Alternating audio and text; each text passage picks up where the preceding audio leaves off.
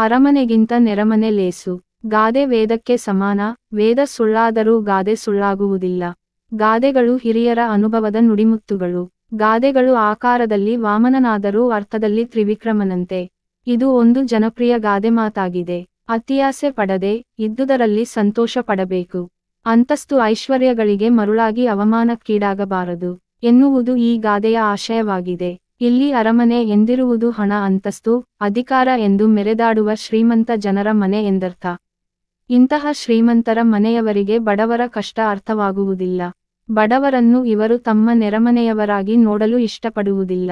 ಬಡವರಿಗೆ ಕಷ್ಟ, ಚಿಂತೆ, ನೋವುಗಳ ಅನುಭವವಿರುವುದರಿಂದ ಕಷ್ಟದಲ್ಲಿರುವ ನೆರೆಮನೆಯವರ ಕಷ್ಟ ಸುಖಗಳಲ್ಲಿ ಭಾಗಿಯಾಗುತ್ತಾರೆ.